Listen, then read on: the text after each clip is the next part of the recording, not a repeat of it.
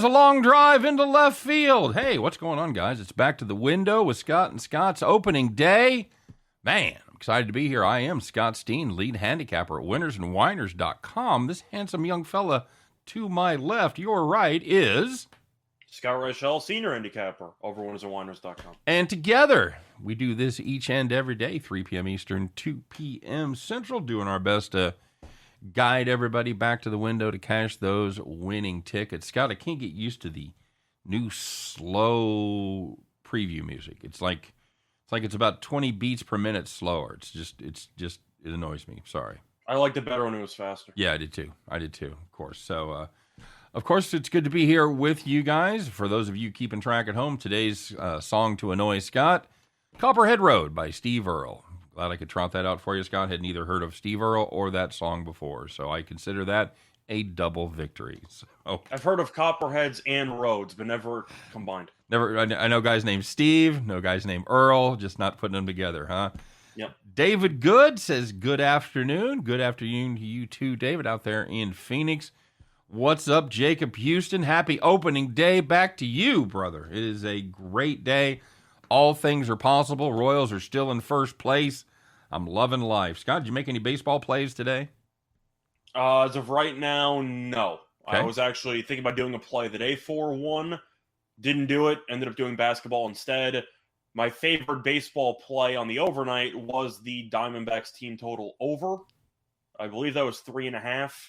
But I was waiting for some win reports. I was waiting to see what was going on, some other aspects, lineup, stuff like that. So I might be taking a bit of a wait-and-see approach to start the season, and then I'll dive in more heavily after about a week or so. Pussy.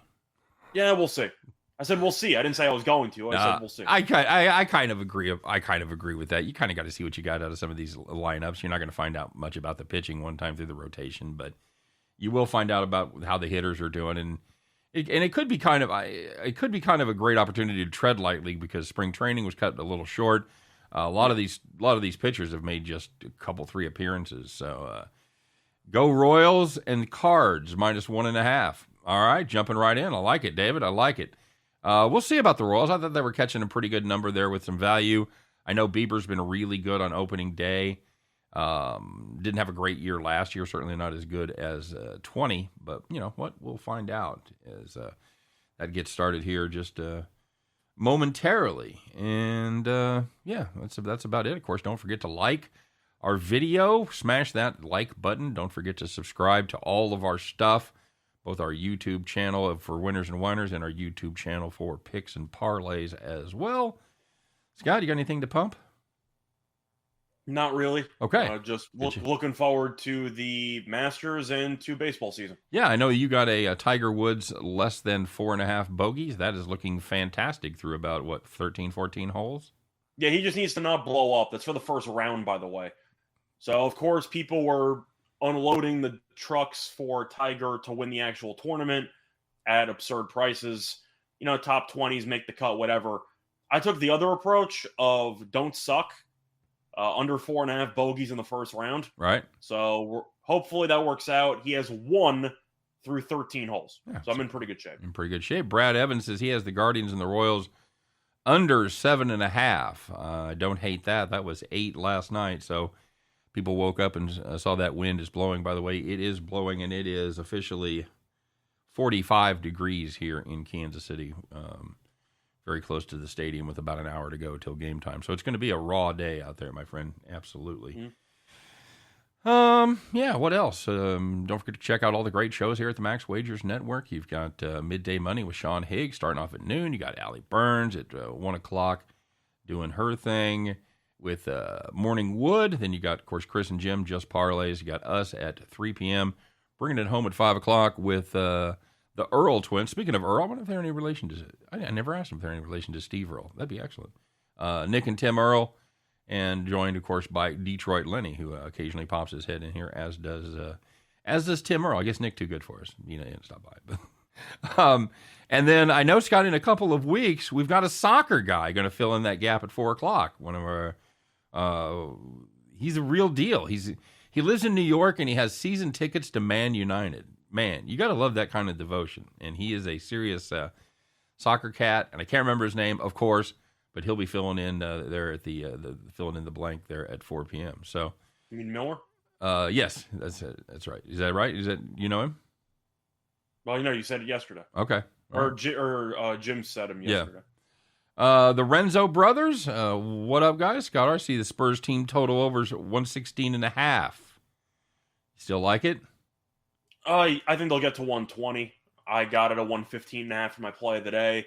It's very tough to not automatically back an offense that's against a defense that's given up 125 in 5 straight games. Mm-hmm. Minnesota can't guard anybody. The last time they played, Spurs lost the game. They scored 139 anyway with no overtime. So I still like the offense. They've done pretty well without DeJounte, and they're still fighting for a potential home game in the play-in, so they still have something to play for. So I still like the over. I'll dare Minnesota's defense to wake up. There you go. And, it sounds like you're going to get a lot of good closing line value, and that certainly worked out well for us yesterday. They kicked my ass yesterday. Oh, dude. We'll get to it. We got all that stuff to bitch about. I know there's a game that everybody wants to bitch about, and yeah, we are. JC Stone, Steve Earle, Copperhead Road, Hillbilly Highway. Don't forget Guitar Town as well. Another great album by Steve Earle. If you like a little country bluegrass kind of stuff, check out Steve Earle for sure. Bronco Devil says lived in Phoenix. I don't know why that guy. He lives everywhere, man. He's from Colorado. I know he's talked about being on the East Coast. Now he lives in Austin, lives in Phoenix. Apparently he wears out his welcome pretty quick.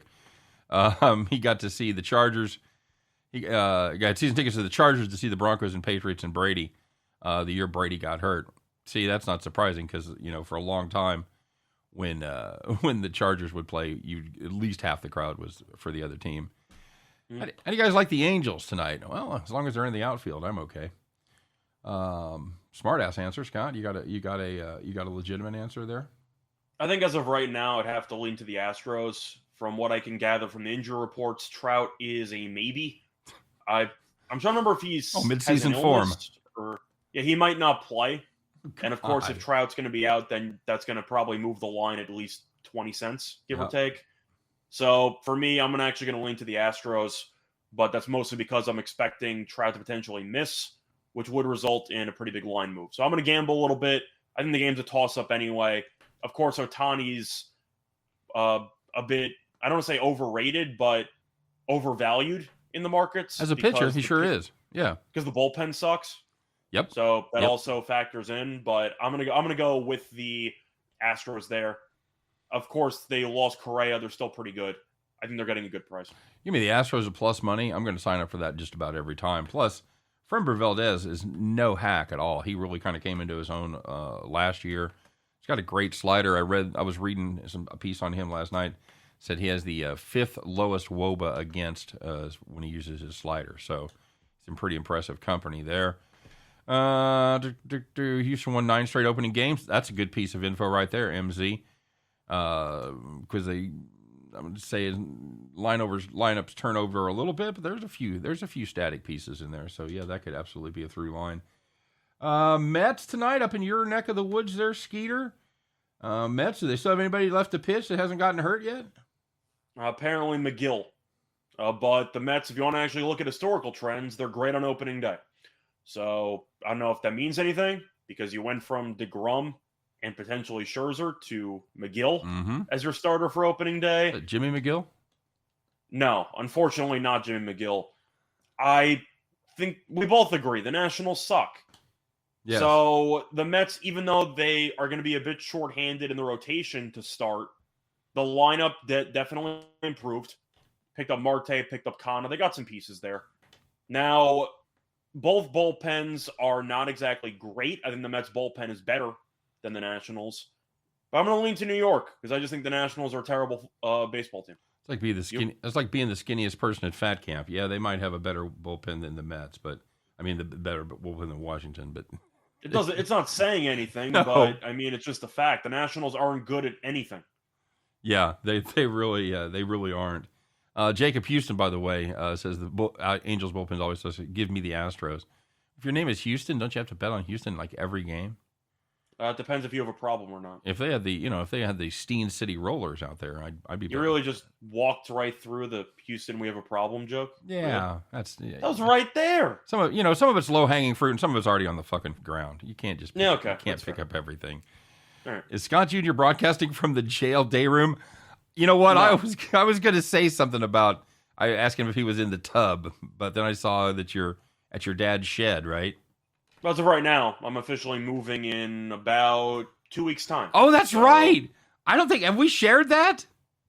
Well, I'm moving to Brooklyn. The little bird's going to fly. You're flying. Yeah, I'm moving to Brooklyn, so I'll have a setup there. Hopefully it works out. I'll probably be flying in between there and Vegas half the time, but looking forward to it. Very nice, and it's a big move. I know you of course lived on your own in college, so it's not the first time, but yeah, it's excellent. He's going to Brooklyn, and you're not going to sleep till then. I found a good deal, a roommate that I'm friends with since basically elementary school, so it worked itself out. Excellent. And that's a huge deal, not having a roommate that you just kind of know casually or something. It's somebody that you know very well. Mm-hmm. So we both go to bed at like 3 a.m., so it's a perfect situation for me. Jacob Houston says he's actually related to Sam Houston, so he kind of has to do that. Yeah. Bronco Devil. Wait a minute. Oh, here it is. He's lived in Baltimore, New York City, Baltimore, Buffalo, Phoenix, Houston, Columbus, Houston, Dallas, Cleveland, Phoenix, Dallas, Austin, and the wife is from Colorado. Jesus. There you go. It's a lot. Okay. It is a lot. That is a lot. Bronco Devil transferred when I was a kid. Then I worked in television. Like television, I guess some like television news or something, huh? Oh, very cool. Mm-hmm. No sleep till Brooklyn. That's what James says. Don't sleep till Brooklyn. Yep. I was trying to make that joke, but James, I appreciate it. Hey, one more too. We'll do Jokic PRA. Was it 51, 51.5? Yeah, I mean, it's either over or pass. You'd be a madman to take the under on anything Jokic related, right? Yeah, he's cranking it right now, man. And they're not winning, but he's cranking it. Yeah, well, that's. Are they? We've waited an entire year. Is Murray ever going to come back? There were rumors that he might potentially be back for the playoffs. At least, I think that was a month ago. Right. I haven't heard anything about it since. I know Porter Jr. is done, so he's not coming back this season. They're screwed anyway. They're basically locked into the 6, not officially, but Minnesota losing to Washington, I think, kind of killed all their hopes for the 6. They can maybe get the 5 if they catch Utah. I don't see that happening. So Denver's kind of locked into the 6, but I think they're going to lose in the first round.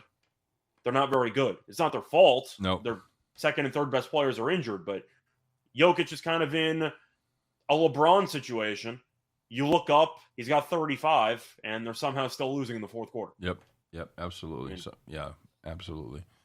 Son of a military father, 11 different schools, grades 1 through 12. That's brutal, man. That's a lot. That is a lot. Hey, Scott, let's talk a little bit about what happened yesterday. I feel like there's some things that we absolutely have to get to here. One more time, don't forget to like and subscribe both our channels. We appreciate it now that everybody's here. And let's find out. Oh man. Okay. I was personally touched by at least 2 of these. I think maybe all 3, Scott. Maybe a rare day for me. Anyway, let's find out who it is. It's Thursday edition, and you know who you are. There were some winners, there were some whiners, there were some people that took it in the shorts, and there were some people that took it to the bank. You know who you are. Now we're going to tell the world. Let's find out who it is on the Thursday version of Call the Cops. All right, very good, Scott. And we have rumored this, and now it has come to fruition. We'll start off in the NBA, and if you had the Suns team total over, we're kind of getting warmed up there. It's a rare double from Call the Cops on the same game. We'll start it was the under. We'll start with the easy one here. If you had the Suns team total under 108.5 going up against the Clippers, of course, they needed less than 48 points in the fourth quarter. Congratulations. Phoenix rested 4 starters, still didn't stop them. They put up 48 in the fourth quarter, 48-26. Jesus Christ. Suns finished with 109 points. Wow, Scott, that was quite a comeback. I wonder if it affected anything else. Well, it's going to segue us into the spread, because if you had the Clippers minus 6.5 against the Suns, once basically everybody was ruled out for Phoenix, they led by 33 points with 2:16 left in the third quarter. The biggest lead was 39. The Suns outscored the Clippers 58-29 over the last 14 minutes and 16 seconds. The Clippers won by 4. Jesus. Oh, man. Okay, well, Rough. indeed. And let's talk about this one, shall we? If you had the Wizards Hawks under 229.5, needed just 98 points in the second half. That should be over. That should be over, by the way. You had the Wizards Hawks over 229.5. They needed just 98 in the second half. Don't change it now. I already said it. I already changed it. They did not get 98, Scott. They got 89. They were a little dyslexic. 89 points in the second half. That game landed 221. You can throw your closing line value right in the trash. Fucking 5.5 points, 6.5 points. Scott, even 7.5 points if you had that at 37 or 27.5. None of it fucking mattered. Congratulations. Brutal beat. Call the cops. Yeah, I slammed it. I had 227.5. Even though I won my play of the day, I had a losing day yesterday because of the amount that I loaded up on that over. I mean, you had 71 points in the first quarter, then 61 in the second quarter. Yep. You just need them not to be stupid. Yep. And then they couldn't make a shot for the first 7 minutes of the second half. Drooling on their shoes for the first 7 minutes of the third quarter. Congratulations. I think there were 13 points combined in the first about 7-8 minutes of the third quarter. That's fantastic. Just fantastic. All right. Well, there was some good news out there, and we weren't on the right side of any of these. At least I wasn't. But you were for your play of the day, right? Yeah. Yeah. Okay. Cool. All right. Well, let's find out who it is. Who we heard about all the whiners, man. There was a couple big ones right here on your radio dial, but there was some good news out there. There were some people that had cashed those nice, easy tickets. They spent their Wednesday evening sitting in the rocking chair. So the first one was my play of the day. If you had the Celtics -6, -6.5, it was all the way up to 7.5. Didn't matter. They led by 16 at the half, and they won by 23. The Bulls are now 2-21, straight up against top 8 teams in the league. Frauds? Is that a good way to put it? I don't know about frauds, but perhaps we'll just be nicer and say overvalued. How about that? I'm not even sure if there is any value anymore. They get buried every time they play a team with a pulse. All right. Well, if you had the Mavericks Pistons over 219, yeah, I was on the other side of that. Congratulations. But if you had the over, congratulations, because each quarter had at least 57 points. That's put you in pretty good shape right there. That game landed 244. Mavs Pistons over 219. Congratulations, you were in the rocking chair. And the last one, if you had the Phillies on the money line against the Rays, they led 8-0 after 2 innings, and they won 9-2. Yep, nice way to finish up the season there for the Phillies. So, Scott, this one is another one that I had, and it certainly deserves its own little category because it was right up there in your neck of the woods. A lot of people were on the other side of this, and I know they were happy. When I graded a lot of picks last night that had the other side of this, and congratulations, you had a no-doubter. Scott, let's find out who it is today as we check out the Thursday edition of I'm Not Mad. Fuck it. I'm mad, but I'm also disappointed. All right. Go ahead. So, you had a game at MSG last night between the Knicks and the Nets. Knicks opened up a huge lead. They were up 21. They were kind of coasting in the first half. And then the Nets realized we got them right where we want them because the Knicks in double-digit leads don't exactly work out too well most of the time. The Nets came all the way back. Also, another honorary member of Call the Cops, but, we could use it for its own segment because the Knicks didn't even cover. They were getting 6.5, and they led by 21 points. And they ended up falling apart in the fourth, ended up losing the game by double digits. It is the fourth time this season that the Knicks have blown a 20-point lead and lost the game. Scandalous. Just fucking scandalous. That's all I can say about that. It turned what should have been a very good night for me into a dreadful night. That was just unbelievable, Scott. Unbelievable. I was at the bowling alley watching my kid bowl. They had the game on. I was watching. I kept looking up and seeing the score. I'm like, what is it? Wait. What now? The Nets are ahead. How is that even possible? So there you go, by buddy. the way, fun fact. No memorabilia mentioning the Nets have won 7 straight. against the Knicks. That is definitely true. Trivia question for you. Do you know what year was the last time Durant lost to the Knicks? 2014. 2013. Ah, damn it. He was on Oklahoma City. Yeah, That's the last time that that Durant has lost to the Knicks. I was figuring that. Nets own the Knicks. Yeah, I know. Everybody's like really smart because everybody's like, fuck, it was the Nets the whole way. Truth is, I like don't the want Knicks to hear going in just because Robinson got called out at the last minute, and I figured the Knicks would kind of roll over. I thought they would get off to a decent start, but I thought eventually they would run out of gas. 20-point lead, that's still a brutal beat. I didn't think it would be that bad. But, I mean, the Knicks were in it. I just question motivation.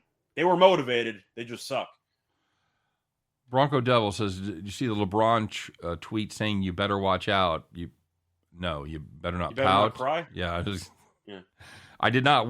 Is it like for next year we're going to come back stronger and blah blah blah? Is that what it is? Keep the same energy. No, I know he said on the shop he wants to play with Curry, or that's one player on his bucket list. Seth Curry? He's played with him in the All-Star game a couple of times. Does that count? No, apparently not, because he still wants to play with him. Yeah, I don't think Curry's going to go to the Lakers. So hint, hint. Maybe the Lakers should trade LeBron. Just saying.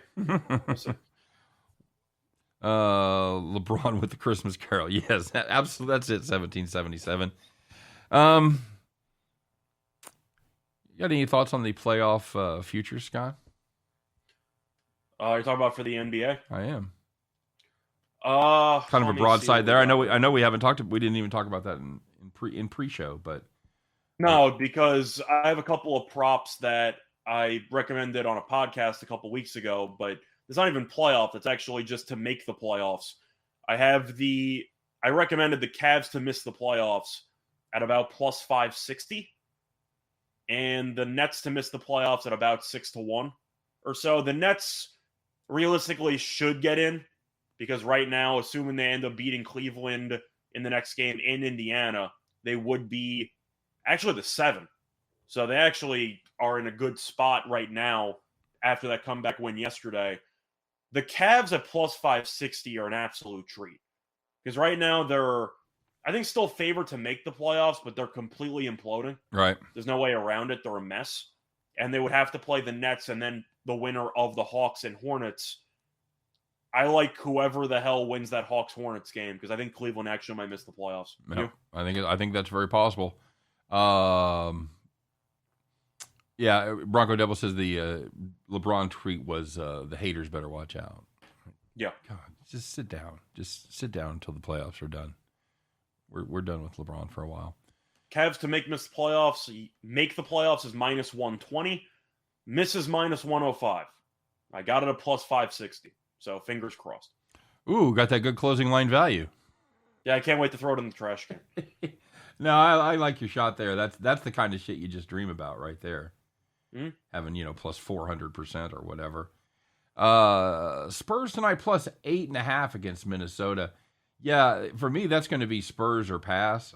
Again, this Minnesota team, good offense, Scott, but that's only half the story because they cannot guard anyone at all. They have given up, I'm trying to see here, they've given up 130 plus in 4 of their last 5. The game they didn't give up 130, they gave up 125 and lose by 23 to Toronto. So, yeah, I'm not going to, there's no way I'm going to lay points with a team that can't keep somebody under 130. Now, San Antonio not having a great offensive season, but they have been better lately. And yeah, I like them. What do you think San Antonio puts up there, Scott? 125? I mean, I got the team total over, so I have them for basically 120 in my head. Okay, so at 120, which I think that's low. I think that's a fucking bargain. But I've got them closer to 125. And does Minnesota cover that if the Spurs can get to the mid 120s? Well, the last time they played, San Antonio scored 139, and they still lost by 10 because Minnesota scored 149. Right. And Towns at 60 points. Right. So defensively, they're not great either. Total in this one's 240 or so. I still like the over. I don't think you're going to see much defense there. But I think it's San Antonio or pass. I don't mind the money line here.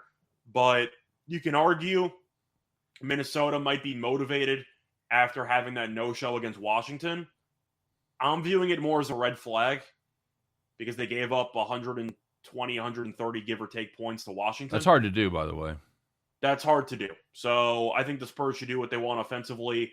Minnesota probably will as well, but I can't lay 8.5 with a team that has just checked out defensively. Can't do it. So I don't mind Spurs money line. I don't mind the spread. I got the team totals my favorite play. Yep. I guess the one concern I had was potential rest with injuries, but no, the Spurs are still competing for home court for the 9-10 play-in game. Mm-hmm. So the game still matters for them.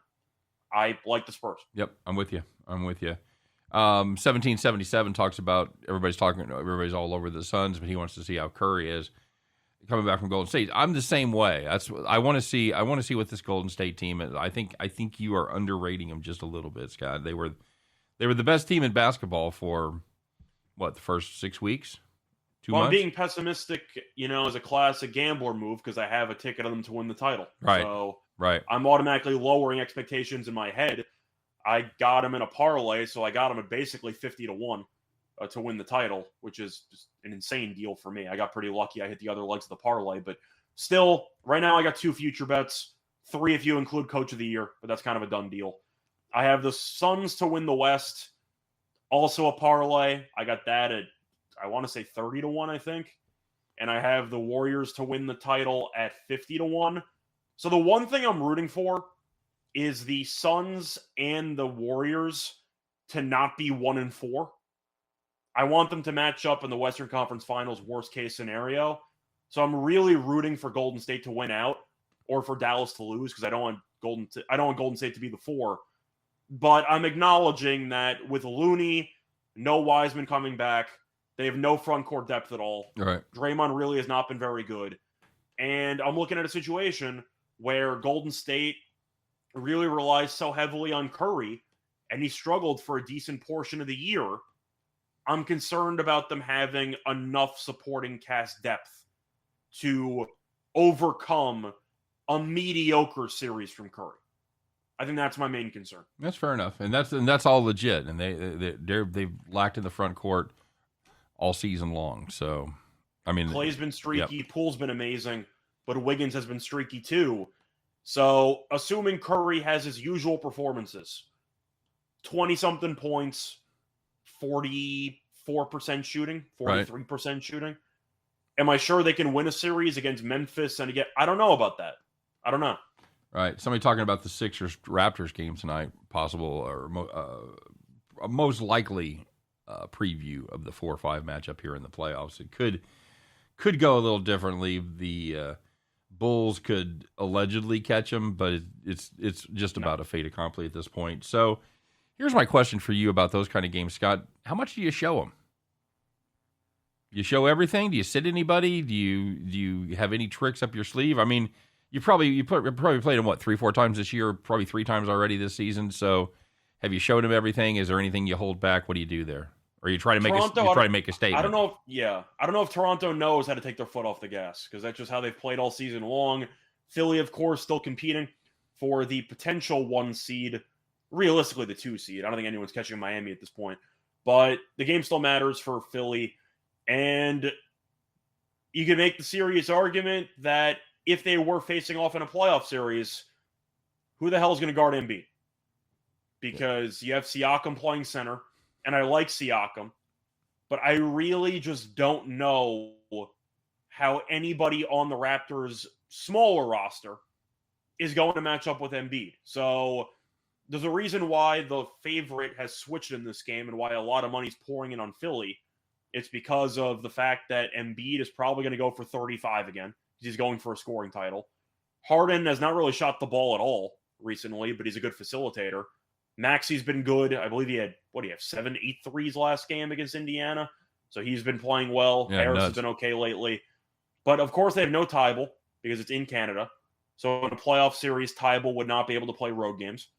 But he's useless offensively. Great defensively. So I like the over in that game with Tybal being out. But I really do like the Toronto team. Okay. Who do you think would win in a series I think Toronto would actually give them a serious run for their money. I see that going 7. The Sixers have the home court in that one. Yeah. I've got to take the Sixers 4-3.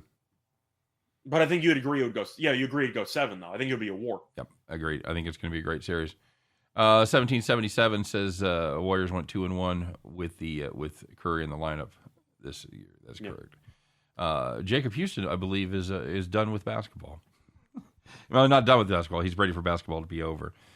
This is always the time that basketball really seems to drag. I don't know. I don't want to make another 2 bowling references in the same show, but if you guys have ever bowled like a winter league, you get to about the end of February, beginning of March, and you look up and you see you got like 8 or 10 more weeks. You're like, how the fuck is that possible? And I feel that way about the NBA this year, Scott. It's just like, and I think part of it was we didn't take as much of a break because they were done with the finals in late July, like right after the All-Star game, the finals were over. So we really only had 3 months without basketball, and then we're right back at it. And we're just grinding it through here. So yeah, I'm kind of with you, even though the NBA is probably been my best sport the last 9 months. But yeah, I'm ready for baseball, man. Yeah, memorabilia mentioning that if the refs stop calling fouls in favor of Philly, they could lose. That's kind of what I'm banking on because of the fact that we know Embiid and Harden together make up a decent amount of their points at the line. I just think Harden's going to suck. I've seen the last couple of regular season games. You can tell he's clearly not 100%. He's not looking for a shot as much anymore. And the explosiveness that he was known to have off the dribble is, for the most part, gone. Can I say that? Yeah. Yeah. So I think that he's going to have serious problems in the playoffs. Okay.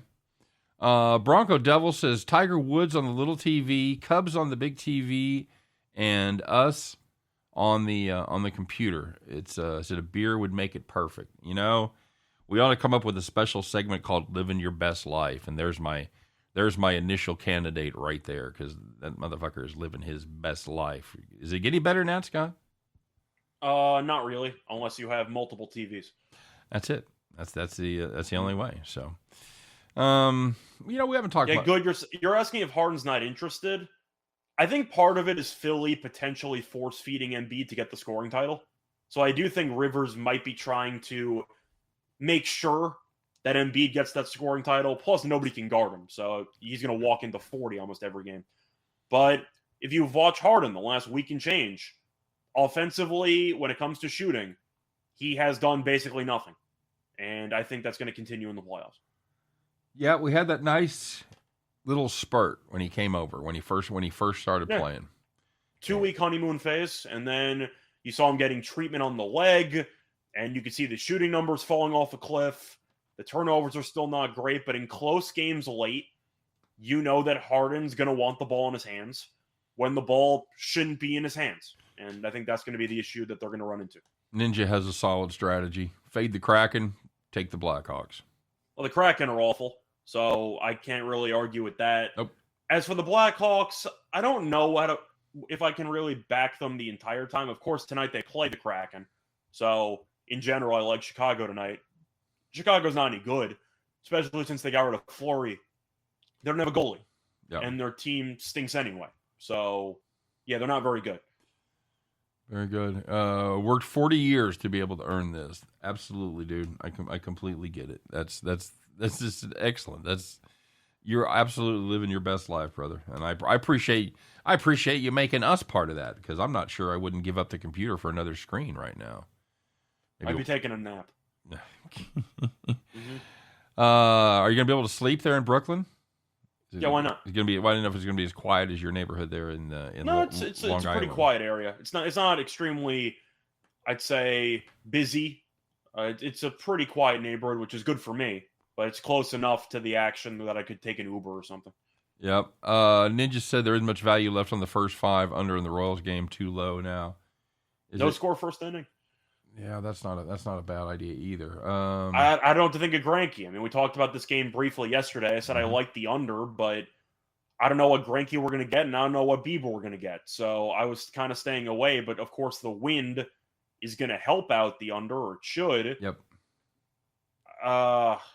Team total under for somebody, but the truth is, once again, I want to see what Greinke we get because in the back half of the year last year he was awful.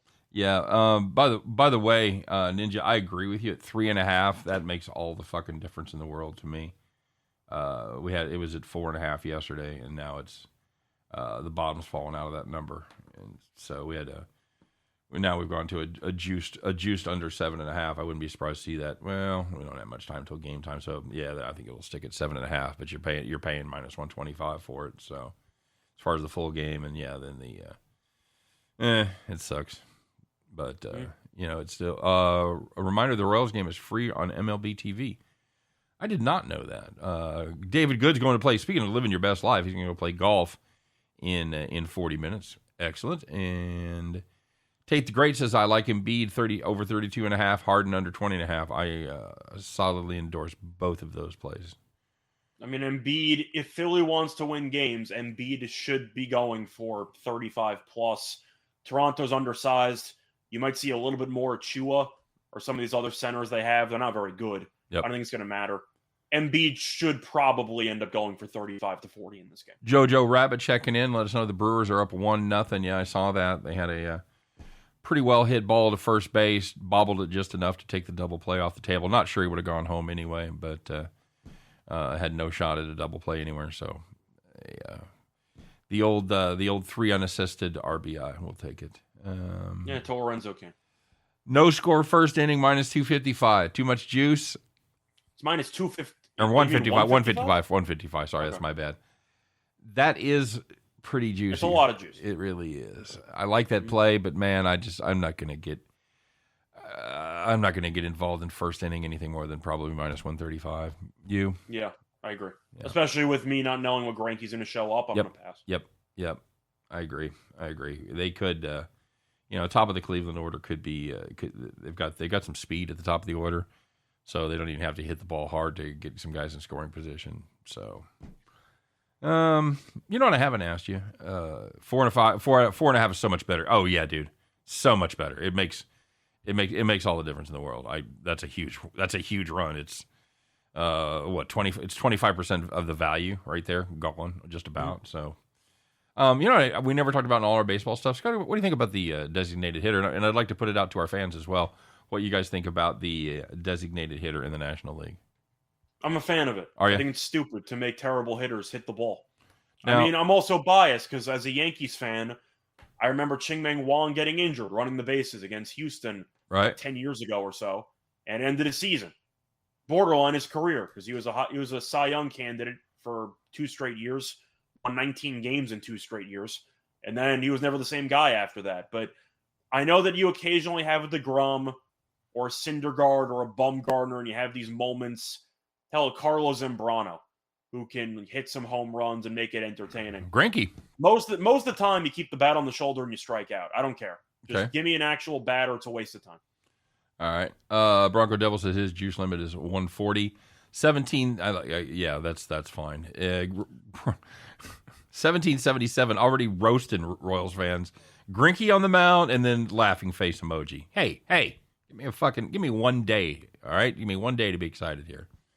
For ratings purposes, it's time to make change, and I was looking into some MLB ratings from the end, and damn, they could... I get it at strategy and all, yes. But do you really want to see a guy batting below 100 with 3 at-bats? Of course not. What's the point? As somebody who loved playing unders in the National League, especially first 5, I don't like to see it, because you knew... Playing first 5, you were going to see the pitchers bat a minimum of once and quite possibly twice. So I hate interleague though, Michael. Really? Now, see, I kind of like it. I like seeing different teams that I don't ever get to see. Instead of seeing the fucking the Twins for the umpteenth time, I get to see the Mets play or the Marlins play. Yeah, no, I like that. Well, I also think one thing to keep in mind is looking at strikeout props for the National League. Yes. Because you're not being granted a free 2 strikeouts every game now. Correct. Absolutely keep that in correct. David Good said, I like pitchers striking out and looking like fools, however. It does give the rest of us hope, doesn't it, David? It's like 4-hour games. Too much. Yeah, bring on the DH. All right. Fair enough. I'm enough of a traditionalist to kind of feel a little twang when I see it's different. DH in the National It made League. both leagues unique. Yeah, But I don't really care. I like to see runs, though. I am biased towards better offense as a viewer in any sport. So if you can give me more runs and another batter and another shot at a home run, I'm for it. So I know you've expanded your baseball repertoire lately. Bronco Devil wants to know if we like playing runs, hits, errors. I will absolutely make those plays. I think there's value, and I think defense is underrated. I think you can't discount the error part of that. Scott, what do you think? for me, I have done that in the past. However, one issue that I run into is that they don't really give you runs, hits, and errors for one individual team. It's usually for the entire game, both teams combined. Okay. Right? Yeah. So that's a problem, because if you're expecting one team to do most of the heavy lifting, then you can't bet the prop. But you're looking at a situation where you're going to take that in Coors Field, where both teams might score 20. But if that's the case, you can also just take the over. Yeah. I'm trying to figure out when it's a good situation to take runs, hits, and errors instead of just taking an over or an under. You know? Fair enough. Because you're basically just saying, I like the prop, but they have to strand 15 guys on base. Right. Yeah. I would rather just take the over. That's a little thread in the needle sometimes, for real. Somebody asking about the Cardinals today with the 68-year-old Adam Wainwright on the mound. Where you at on him? He owns the Pirates so badly, man. He owns that damn team. Now, the issue is going to be the wind in this game. There's a lot of wind blowing out to right field, about 18 miles per hour, which should result in more runs. The problem, though, is that the Cardinals own Brubaker, but their lineup is practically entirely made up of righties. Yep. So they haven't really adjusted to the wind or anything. So we'll see how that works out. Wainwright might give up a couple of home runs, maybe because of the fact that you have Vogelbach and some powerful lefties batting. But Wainwright historically owns that damn team. I like the Cardinals because Wainwright kills that team every single year for the last 15 years. Yeah, I can't get behind Brubaker in this weak ass Pittsburgh lineup. I can't do it. You know, at some point Wainwright's going to hit the wall, but I think we're getting good value in, like, what is it, like minus 139. I don't know how many years you can wait for him to hit the wall before you realize that he's just like Ponce de Leon. He's got the fountain of youth, you know, he's just hanging in there. The Brady of Major League Baseball. Pretty much. Jacob Houston says, I've got the St. Louis team total over 4.5. Yes, I like that. Give up Brubaker to give up over 4.5 hits. Yes, also like that as well. One also thing I noticed, BetMGM does have earned run props for starting pitchers. So if you want to be even more dangerous for team totals and you want to maybe get an extra inning out of it, find a way to maybe get 6 innings for a team total of 2.5 or so. Right. Of course, you know, an error and you're screwed, but earned runs, though, I saw Darvish last night over 2.5 earned runs at plus 115. There might be some value to be found. Yeah. Just saying. I like that. Bryce wants to know how I like Greinke back to the Royals, or I guess either one of us. Was drafted by them in 2005, full circle, to be the ace. Hopefully something left in the tank. Yeah, I agree. It's a win-win. I agree. I agree, Bryce. They're giving him $13 million. I got to be honest with you.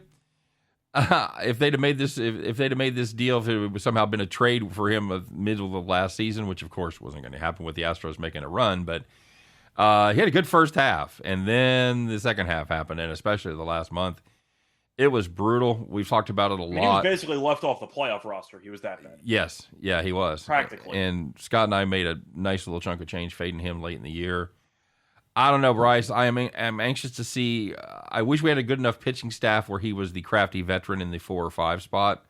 I don't think Greinke is in any way, shape, or form still an ace, even if he's, because his velo is down, and that's what I worry about more than anything, because that's, you know, could he be? Is he a crafty pitcher that knows how to pitch and he knows batters? Absolutely. I don't think nobody's smarter about hitters than Greinke is, but. Except when he tips his pitches to the opposing hitters for no apparent reason. Well, you know, that's his personality. You know, it's his thing. Yeah, I was trying to figure out a nice way to say that. No runs first inning in the Reds game. I know Molly has good numbers against Atlanta, but the wind's blowing out. You have that lineup. The Reds lineup isn't terrible either. I know they lost in pieces. It's still pretty talented. What do we lay in there? I would think a $135, $140. For no run first inning? Uh-huh. Oh, no. I'd assume it was like minus 115. Oh, well, if the wind's blowing out, with Fried In on Atlanta's ballpark with the wind blowing Fried out, on the mound, like though? minus 115. Okay. Then I'm going to check right now, but if I had to guess without looking, I would guess 115. You've got a reasonable number. I just thought with that pitching matchup, it'd be a little stronger. Minus 120. Okay. All right. Making all these changes with the DH, but the pitchers. Yeah, see, that's in 1777. Remember, really points that out. It's all about the pitching. It's with the end of the day. We talked about it on our baseball preview. It's the only sport where you can have a team that's minus 160 on one day, and the same lineup is going to be plus 120 on the next day because of the pitching matchup. So, yeah, it is entirely dependent on the pitcher. So, by the way, I see Jacob talking about how BetMGM has good props for baseball. You don't say. That's news to me, right? Oh my! That was our official baseball book last year. Did you think you were going to be able to bet that legally in just a year from when we were just crushing that last year? No, but I'm happy. I'm happy I can. So that's beautiful. definitely nice. I know that I saw before somebody was asking about the Celtics and Bucks game to go back to basketball. It's right now it's either Bucks or pass because the Celtics are resting basically everybody. They beat the Bulls yesterday. And they decided, you know what, we're not really feeling this game. So Tatum's not going to play. Horford's not going to play. Smart might not play. They're benching half their team. Yep. I can't back the Celtics here. I'd look probably at a Bucks team total over just because the defense, I'm assuming, is going to fall off a cliff with all the injuries or all the people missing. But, yeah, the Celtics are resting everybody. I want nothing to do with them. Bronco City took the Angels as pick of the day. Godspeed, sir. I'm leaning Houston, but yeah. It's a coin flip game, so I'll take the Astros. Yep. But Bovada has too much juice on the props. I agree. I can't. Well, I don't think it's a bad thing though, because I'm assuming the over is what you're talking about, Bronco. If you use offshore books, they tend to extremely cater to public bettors. So if you want to be contrarian and take some unders, which are not fun, but if you want to take unders on player props, you will probably find much better lines there than other books because of how much juice is on the over. Well, that's right, and that's a good point. There's when you've got a zero-sum prop like that, if you've got a lot of juice on one side, you're gonna have the other side. So, solid round so far from the Big Cat. Just rolled into 20-footer on 16. There you go, buddy. Excited? I think that's a winner in my book, right? Yeah, I think you're good. Yeah. All right. Speaking of winners, let's get to it, guys. Let's find out what we got cooked up for today. It's Thursday, man. It's time to put on your overalls, grab that straw hat, climb aboard your John Deere. Watch out. It could be raining. It might be a little slick, so be careful. Be careful climbing up there. Get your straw hats on, kids. Get those keys out and fire that bad boy up because it's time once again to bet the farm.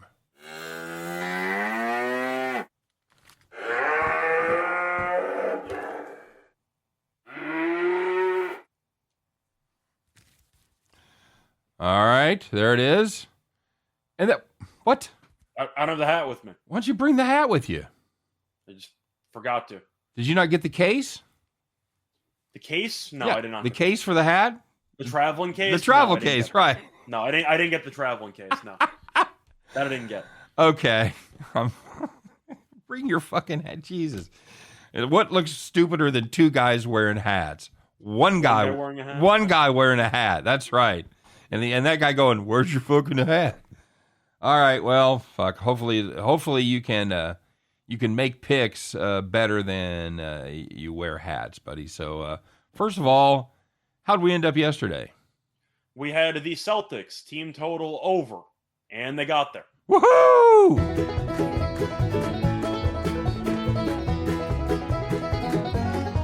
Yeehaw! Yeehaw. Man, you look really dumb jamming out like that without a hat on. Just saying. Mm-hmm. Thanks. All right, well, my friend, it's time once again. Let's reveal it. What do we got cooked up for today? So for this one, we're going to go to one of the NBA games we did not talk about. which is going to be in a matchup between the Lakers and the Warriors. The Lakers are on TV again, and you know what that means. We're going to fade. We're going to take the Warriors minus 14. Looking at the actual trends this season, the Warriors have been very good at home. They are 30 and 10 at home this season. Lakers are 11 and 28 on the road. But the Lakers recently have been extra awful. They've lost 7 in a row. On top of that, the Warriors much better defensively. Golden State ranks second in the league in defense efficiency, while Los Angeles ranks 22nd. And the main reason why, LeBron's injured, Anthony Davis is injured. They added Westbrook to the mix. So they got the trio, the three amigos on the bench together, or maybe not even in the venue together.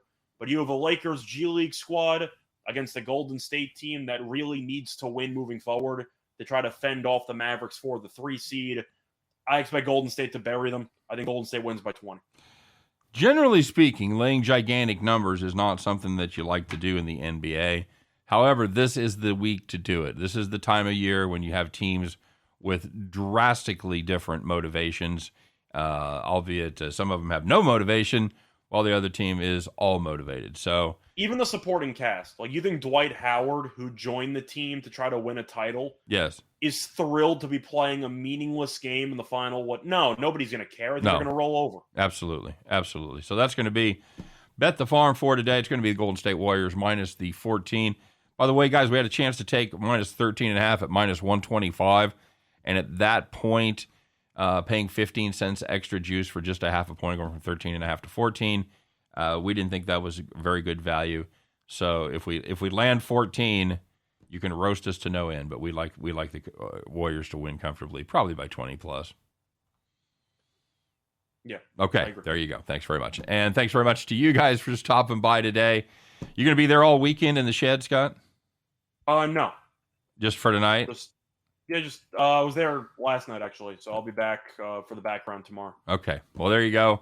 He'll have his hat back tomorrow, everybody, and the background, and get excited about that. We appreciate you guys stopping by. As always, we do this each and every day, 3 p.m. Eastern, 2 p.m. Central. Scott and I will do our very best, hats or no hats, to help you in your journey to head back to the window. Take care, everybody. We'll see you tomorrow.